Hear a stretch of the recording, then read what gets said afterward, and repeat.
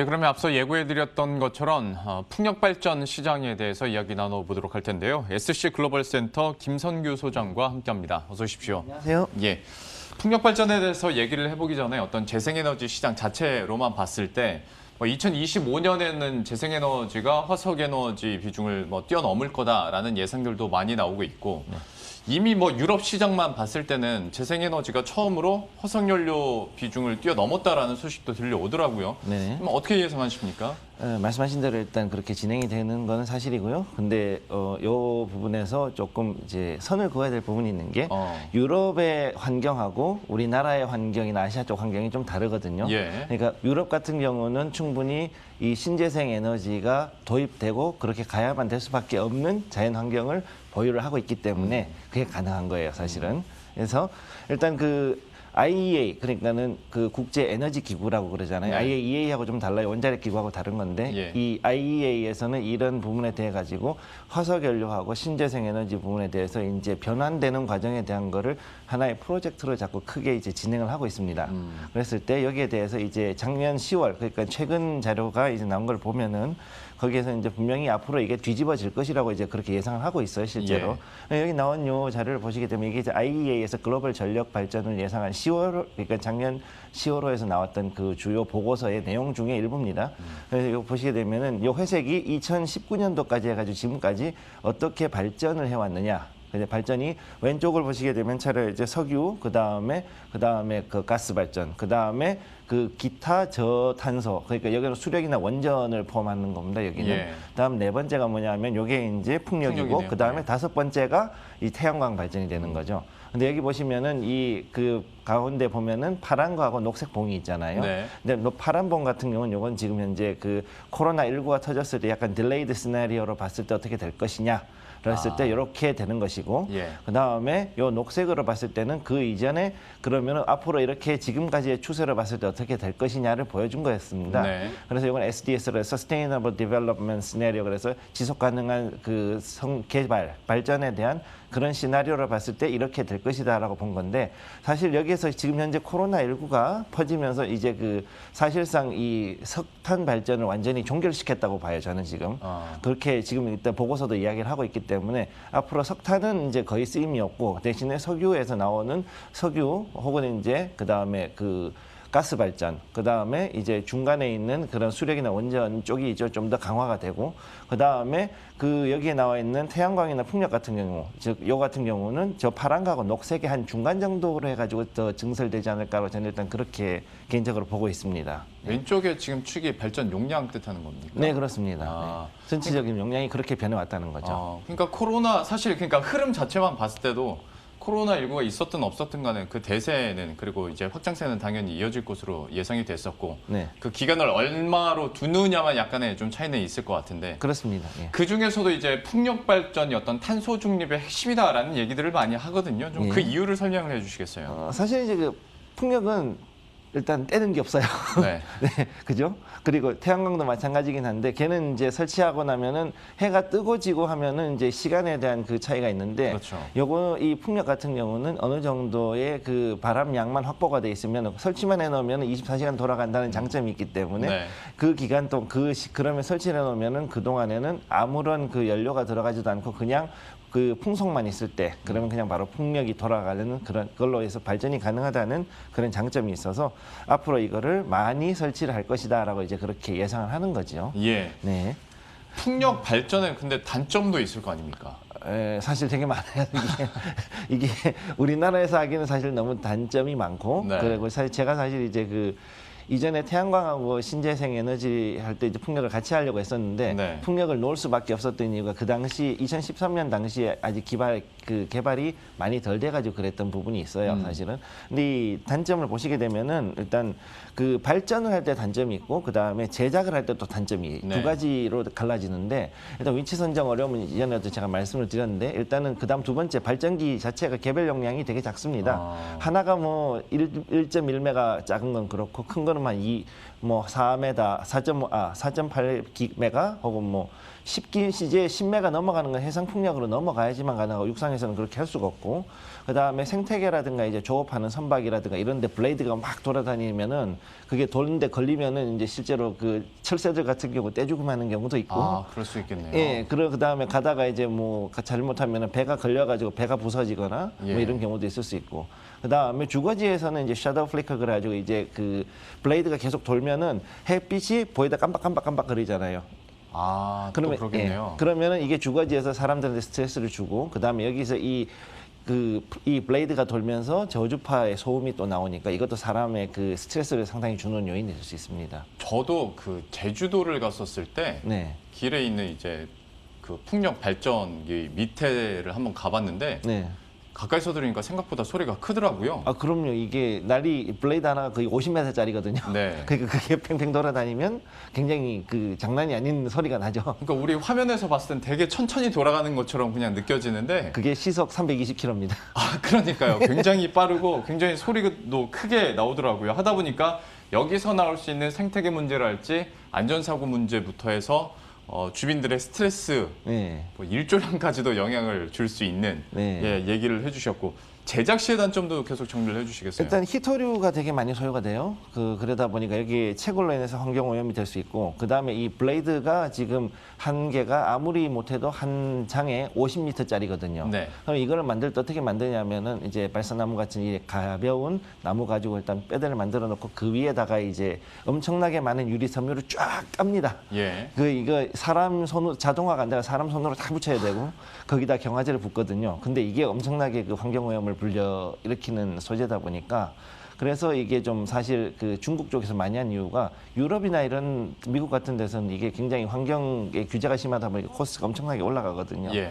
그러다 보니까 이제 이거를 중국에서 굉장히 많이 하게 된 거고 그다음에 이게 공간을 좀 많이 차지해요. 사실은 이 보기와 다르게 이 설치를 일단 제작을 하게 되면 그냥 제작을 하는 게 아니고 여기에 대해서 진입로라든가 이런 거 그다음에 어느 정도 간극을 띄워놓고서 설치를 하는 이런 게 있어야 되기 때문에 그렇죠. 그러면은 여기에 따라서 생각보다 부지가 많이 소모가 됩니다. 그리고 또 만약에 해상에 하면 거의 이제 발전이 될 수 있도록 또 선을 연결을 해야 되지 않습니까? 예, 선도 연결하는데 그런 경우는 보통 플랫폼을 만들어가지고 플랫폼에서 해상 발전하면 오히려 그거는 더 안정적으로 할 수 있으니까 그거는 장점이 될 수 있어요. 해상의 경우는. 그러면 육상의 경우에는 또 복잡해지는 거군요. 그렇죠. 그래서 지금까지는 해상 풍력이 나온 게 최근 개념이기 때문에 그 이전에 풍력에 대해서 사람들이 그렇게 많이 신경을 안 썼어요, 사실은. 네. 그 육상 풍력이랑 해상 풍력의 지금 특징들 방금 화면으로 나왔는데 계속 띄워주시면서 좀 설명 계속 이어가 보도록 하죠. 네, 일단은 말씀하신 대로 이제 육상 풍력하고 해상 풍력으로 이제 두 가지가 갈라졌는데 네. 일단 기존에 있던 방식이 육상 풍력이었단 말이죠. 그래서 바람이 많이 부는 지역을 꼭 찾아가지고 설치를 해야 됐었고 그러다 보니 지역이 딱 한계가 돼 있어요. 그래서 우리나라 같은 경우 제주도 아니면 저기 강원도 쪽에 바람 많이 부는 데 말고는 그렇죠. 그렇게 없잖아요. 네. 그런 일들이 다 이제 그만큼의 필요한 최소 소요 에너지가 얼만큼인지를 체크하는 게 되게 어렵고 그다음에 여기에 대한 부지 보상 접근이라든가 그다음에 접근 도로 이런 거 아까 말씀드렸던 것들이 이제 문제가 있었단 말이죠. 네. 근데 이것들을 다 뛰어넘기 위해서 이제 해상 풍력으로 넘어온 건데 바다에서 이제 어느 정도 바람이 적당한 자리를 딱 잡아가지고 거기다 대규모로 발전 단지를 조성하는 게 용이한 것이 일단은 바다에다가 우선 매립을 하든 아니면 어떤 플랫폼을 만들어가지고 그 위에다가 이제 플로팅 그 부위를 이용해가지고 즉 뜨는 부유물이 있지 않습니까? 거기다가 이제 이걸 설치해가지고 대규모 발전 단지를 만드는 게 용이하다는 얘기죠. 그래서 우리나라도 지금 이제 이걸 2,500메가와트급으로 이제 만든다라는 게 그 해상으로 해서 하는 게 그래서 된다는 거예요. 그래서 이렇게 하면 일단은 거주지가 있으니까 일반인 민원도 최소화될 것이고, 그다음에 저 대신에 전력 운송에 대한 손실은 아까 말씀하신 대로 좀 다량 발생할 수 있습니다. 그러겠죠. 네, 그렇기 때문에 여기에 대해서 승합기라 그러죠. 트랜스포머가 상당히 많이 들어가게 될 거고 이것으로 인해서 또 생태계 즉 어족 자원에 영향을 줄 수 있어요. 수생 자원하고 어족에 그러겠네요. 영향을 주니까 그런 부분을 좀 신경 써야겠죠. 참 그러니까 친환경 에너지를 만드는 과정에서 제작 과정에서 환경오염 좀 아이러니하죠. 그리고 육상과 해상 풍력의 차이점까지 이렇게 들어봤는데 저 듣다 보니까 그냥 문득 궁금해지는 점이 아까 제작 시단점으로 공간을 많이 차지한다고 얘기를 해주셨잖아요. 네. 같은 발전 용량 대비했을 때 그러면 풍력이 공간을 더 많이 차지합니까? 태양력이 더 많이 차지합니까? 그냥 우리 그림으로 봤을 때는 네. 태양력이 훨씬 많이 차지할 것 같아가지고. 일단은 일단은 파넬 일반적으로 태양광 파넬 하나가 250와트를 보통 내거든요. 예. 그래서 1kW를 낼 때 보통 4장을 붙여가지고 1kW를 만들어냅니다. 네. 그래가지고 해가지고 했을 때 대략적인 부지 개념으로 봤을 때는 일단은 이 태양광의 개념에서는 일단 전체적인 부지의 개념으로 봐가지고 해야 되는 거고, 그 다음에 이 풍력 같은 경우는 종단, 쉽게 얘기해서 선의 개념으로 봐야 돼요. 그리고 사실은. 스팟성으로 이렇게 있다 보니까. 스팟성으로 있다 보니까 네. 그걸 연결하는 그 자리하고, 그 다음에 거기에 따라 가지고 길이 나야 되기 때문에 네네네. 이게 대한 선의 개념으로 부지를 봐야 되는 겁니다. 그러니까 이걸 딱 떨어지게 뭐 하기는 좀 쉽지는 않겠네요. 네, 그렇죠. 그 대신에 문제가 뭐냐면은 그래도 풍력이 부지적으로 한 스팟에서 만드는 거는 훨씬 더 세요. 일단은 1.1메가에서 작은 게, 그다음에 보통 2메가 정도 되는 거를 이제 달아가지고 그걸로 풍력 발전을 하는데, 네네. 문제는 얘는 정말로 바람이 좋을 때는 잘 할 수 있는데 바람이 또 없을 때는 또 잘 안 된다는 단점이 있단 말이죠. 네. 그러다 보니까 이게 평균으로 7.7m/s, 그러니까 초속 7.7m 정도 되는데, 혹은 거기서 11m/s 정도 되는 데에서 예. 설치를 해야 이게 이제 되는데, 그럼 이제 많은 분들이 생각하시는데, 그럼 태풍 불면은 이거 엄청나게 발전 잘하지 않겠느냐? 네. 그죠? 그런 생각을 하실 수 그러다 있는데, 쓰러지면 어떻게 합니까? 쓰러지지 않도록 충분히 이제 그만큼 강도를 네. 계산해서 이렇게 제작을 해요. 예. 근데 이제 문제는 뭐냐면, 그렇게 되면은 문제가 뭐냐면 불날 수 있습니다. 아, 또 불이 날 수 있군요. 너무 빨리 돌다 보니까 아. 그 베어링하고 이쪽에서 과부하가 걸릴 수가 있거든요. 그러면 이제 발전기하고 연결되는 그 클러치가 있어요, 기어 박스 안에. 네. 근데 그거에서 클러치를 빼면은 물론 이제 발전을 하지 않는데, 이게 그렇다고 해서 너무 그걸 받다가 보면은 이제 날개가 부러지든가 아니면 불이 날 수가 있기 때문에 그런 건 좀 조심할 필요가 있는 거죠. 돌아가는 속도를 제어는 못 합니까? 어느 정도는 조절할 수 있도록 되어 있긴 한데, 네. 그거가 이게 있어요. 물론 그 기어박스 안에서 그러겠죠. 돌아가는 비에 맞춰 가지고 발전할 수 있도록 그걸 해놨는데, 네. 문제는 이제 너무 빨리 돌아가면은 그게 이제 과부하가 걸리잖아요. 그러니까 그렇겠죠. 클러치를 빼야 되는 아. 거죠. 그 경우는. 참. 그러니까 주식 시장에서 뭐 풍력 관련주나 태양광 관련주 얘기를 하다 보면 뭐 제도적으로, 그리고 어떤 투자 비용만 맞춰지면 뚝딱 될 것처럼 얘기를 많이 하는데, 항상 친환경 에너지에 대해서 현실적인 부분을 소장님이랑 얘기하다 보면 참 만만치 않구나라는 걸 많이 느낍니다. 단점들도 많고 그 과도기에서 거쳐야 될 부작용들도 좀 많을 텐데요. 좀 풍력 발전에 대해서 장단점들, 그리고 해상 풍력과 육상 풍력에 대한 차이점들, 또 여기서 발생할 수 있는 부작용까지 한번 들어봤고요. 그런데 그래도 대세는 대세 쪽으로 갈 테니 뭐 짧게는 5년, 길게는 10년 안에 발전 단가도 이제 역전이 될 거다라는 얘기들은 많이 하지 않습니까? 네. 지금 그러면 발전 단가 측면에서는, 그리고 설치 비용 대비 어떤 효율성 측면에서 봤을 때는 좀 앞으로의 전망 어떻게 하십니까? 제가 일단 볼 때는 비용은 상당히 떨어질 수 있다고 보고 있고, 지금 이제 어느 정도 발전 보조금 같은 게 이제 졸업하는 나라들이 나와요. 유럽 쪽에서는 실제로. 그래서 원자력 대비해 가지고 싸다 그러면 이건 굉장히 싼 거거든요. 네. 그러다 보니까 메가와트당 한 75유로 정도 나온다.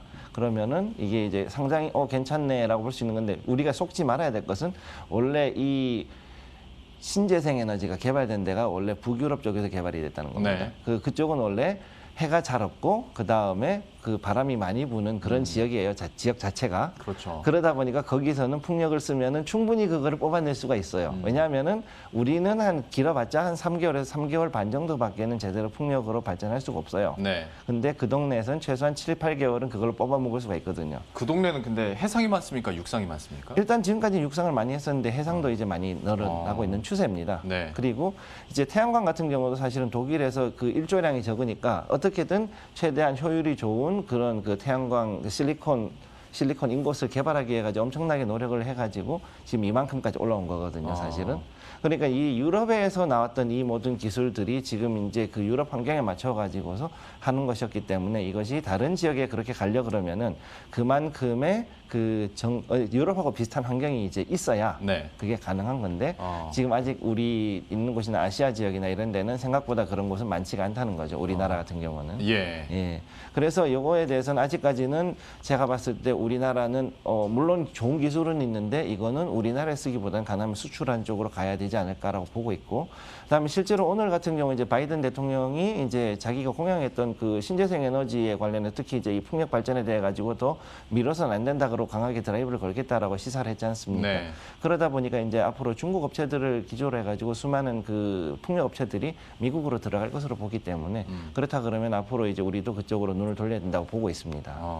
그러면 풍력 발전 시장에 대한 어떤 전망들, 그러니까 시장 파이가 얼마나 빨리 커질 수 있을까에 대해서는 어떻게 보고 계세요? 일단은 제가 봤을 때 일단 유럽 쪽은 일단은 자기들이 해가지고서 자기들끼리 정리를 할 거니까 네. 그 이제 여기 같은 경우는 베스타스 같은 애들이 거의 다 해먹을 거라고 보기 때문에 네. 이건 큰 의미가 없다고 보고 이제 중국하고 인도 쪽이 이제 아주 많이 커질 확률이 높습니다. 그렇기 때문에 그쪽에서 더 앞으로 우리가 좀 더 지켜보고 그쪽을 특히 인도 시장을 우리는 공략해서 들어갈 수 있어야 되거든요. 특히 이제 인도 북부라든가 아니면 이제 해상 발전으로 할 수 있는 인도양 쪽으로 해가지고 해양 발전, 해상 발전 이쪽으로 갈 수 있도록 이제 우리가 더 노력을 해야 되는 부분이 있고, 예. 그다음에 특히 중요한 거는 한기라도 더 일단 해외 실적이 많아야 된다는 거죠. 왜냐하면은 이 발전이라는 것이 결국은 시행착오를 거치게 돼 있는데 거기에 대해 가지고서 얼마나 많은 데이터가 축적이 돼 있느냐, 즉 너희가 몇 대를 깔아 가지고 그 중에서 몇 대가 성공적으로 지금 발전을 하고 있느냐라는 거를 데이터를 내보내야 앞으로 수주하는 데 자료가 된단 말이죠. 네. 그러니까 이걸 하기 위해서도 우리가 일단은 많은 가능하면 국내에서든 어디든 간에 우선은 해상 발전이든 일단 이 깔되 어느 정도 이제 성공적으로 할 수 있는 프로젝트를 잡아야 되는 게 최우선 과제라고 볼 수 있습니다. 자, 그러면 투자적인 관점에서도 한번 얘기를 해봐야겠습니다. 네. 그 앞서 말씀하신 국내도 국내지만 얼마나 수주를 많이 하느냐가 중요하다라는 관점 포인트를 가지면서 우리 시장에서 풍력 관련주를 모으면 물론 풍력 발전 기계를 만드는 곳도 물론 있겠습니다만은 지금 뭐 많이 오르거나 그리고 추천하는 종목들을 보면 그 전력을 따와서 이렇게 이동시킬 수 있는 뭐 구리 전선이랄지 뭐 네. 이런 걸 만드는 회사들도 풍력 관련주로 묶여 있단 말이죠. 예. 그리고 어떤 제작부터 운송까지 해주는 회사들도 우리나라에 있는 걸로 알고 있고, 맞습니다. 그러면 이런 투자 전략을 세울 때 좀 이런 쪽으로 해야 되는 건지 아니면 풍력 발전 부품을 만드는 회사를 해야 되는 건지 좀 이거 정해주시겠어요? 일단은 제가 볼 때는 어찌됐든 원료는 엄청나게 소모가 될 것으로 보기 때문에 아까 말씀드렸던 유리섬 즉 파이버글라스하고 그 다음에 이제 이 화학 쪽 관련된 경화제 관련된 화학 회사들을 좀 더 봐야 될 필요가 있다고 보고 있거든요. 네. 특히 이제 여기에 보시게 되면은 일단 다른 것보다도 구리하고 철강들이 더 많이 들어가고 그다음에 여기에 대해서 기어박스라든가 베어링 같은 부분이 있지 않습니까? 네. 이쪽이 또 많은 수요가 있을 것이기 때문에 여기에 대해 가지고서 할 수 있는 업체들을 가능하면은 찾아가지고 그쪽으로 투자를 하시는 게 좋고, 그다음에 원자재로 봤을 때는 일단은 구리하고 그다음에 여기 철강 관련된 ETF들을 가능하면 그쪽으로 들어가시는 게 더 좋을 걸로 저는 보고 있습니다. 그러면 그 관련된 회사 네. 국내외적으로 지금 상장사들을 중심으로 해서 네. 어디가 있는지 좀 정리해 주시겠어요? 일단은 일단 해외를 먼저 보면은 베스타스하고 찐펑커지 금품각이라 그런 회사 있잖아요. 그 회사하고 그다음에 GE가 이제 있는데 이 GE 같은 경우는 옛날에 프랑스 이제 알스톰에서 있던 그 풍력 회사 그쪽을 땡겨가지고 가지고 와서 그래가지고 이제 합병한 거예요. 예. 그래가지고 했기 때문에 지금 현재 해외에서는 이 3대 회사들이 사실상 앞으로 있을 그 미국 내 시장도 이제 파이를 쪼개먹지 않을까 일단 저는 그렇게 보고 있어서 이 부분에 대해서 좀 더 지켜볼 필요가 있고, 특히 이제 그 중국 쪽에서 많이 가져오겠다고 아예 대놓고 공약해서 바이든 대통령이 그랬기 때문에 지금 그 찐펑커기 같은 경우도 앞으로 이제 좀 많이 볼 필요가 있지 않을까 일단 저는 그렇게 보고 있습니다. 예. 네. 국내에도 얘기를 해주시겠어요? 그다음에 이제 국내 같은 경우는 이제 CS 시리즈 이제 CS 베어링하고 CS 윈드 아까 말씀드린 베어링하고 이제 그 철강 구조물 그렇죠. 만드는 업체죠. 대표적이죠. 그다음에 두산중공업, 뭐 SKD&D, 그다음에 상강 M&T라든가 동국산업, 동국 SNC 여기 말고도 이제 호성중공업이라든가 이런 데들도 좀 있고요. 네. 그다음 두산 쪽에서도 이쪽에 많이 이제 돌려가고 그래서 친환경 쪽으로 수소차하고 동시에 이제 풍력 발전으로도 많이 들어가고 있기 때문에 이쪽으로도 좀 더 지켜볼 필요가 있습니다. 그런데 지금 현재 이제 이걸 보시려 그러면 제일 먼저 여기에 어떤 부품이 들어간지를 알아야 되잖아요. 네. 그러다 보니까 일단 부품을 일단 간단하게 보여드리면 예. 제가 간단하게 크로스 섹션 그러니까 나스 크로스 섹션 그래가지고 요거 가져온 게 있어요. 여기 보시면 이제 여기에 그 베어링하고 그 다음에 이제 축이 있고 블레이드가 있지 않습니까? 네. 여기 있고 그 다음에 여기 보시면은 그 교류 발전기부터 해가지고 쭉 이제 이렇게 있는데 이 모든 것들에 관련된 그 주들을 찾아가지고 가면은 확실하게 우리가 이제 그 요게 관련해 가지고서 이제 관련주들 찾아야 되는 거죠. 그래서 아까 말씀드렸던 것들이 대부분 저기에서 최소한 한 개 정도는 다 걸려 있는 그런 주식들이 되는 거고요. 그리고 여기에 대해서 또 조심해야 되는 게 이 블레이드에 대해 가지고 이제 유지 보수하는 업체들이 곧 나올 겁니다. 그러겠죠. 예, 그래서 이 블레이드가 하나가 길이가 50m짜리인데 네. 이거가 이제 그 커다란 그 유리 섬유 덩어리란 말이죠. 파이버 글라스 덩어리란 말이죠. 그럼 이거에 대해 가지고도 도색 하고 보수하는 업체들도 있고 했는데 이것도 이제 국제 인증 없으면 또 줄 로프 못 합니다. 이렇다 그래가지고 그 인증 받은 사람들이 해가지고 운영하는 그런 업체들이 앞으로 이제 엄청나게 뜰 거라고 저는 그렇게 보고 있거든요. 예. 그럼 이제 그런 업체들이 나오게 되면은 걔네들도 좀 더 주목할 필요가 있는 거죠. 시장이 개화되고 또 시간이 일정 시간 지나면 역시 유지 보수하는 기업들이 또 한 번씩 확 튀어오르니까요. 예. 관련한 내용들도 한번 인사이트를 들어봤고 시간 관계상 이 정도로 들어보도록 할 텐데 참 오늘도 다양한 새로운 사실들 많이 알게 됐습니다. 풍력 발전에 대해서 얘기해봤고요. SC 글로벌 센터 김선규 소장과 함께했습니다. 오늘 말씀 고맙습니다. 네, 고맙습니다. 네, 그럼 저희도 여기서 인사드리도록 하겠습니다. 식사 맛있게 하시고요. 저희들은 내일 이 시간에 또 새로운 전략과 이슈들 들고 다시 찾아뵙도록 하겠습니다. 시청해주신 여러분 고맙습니다.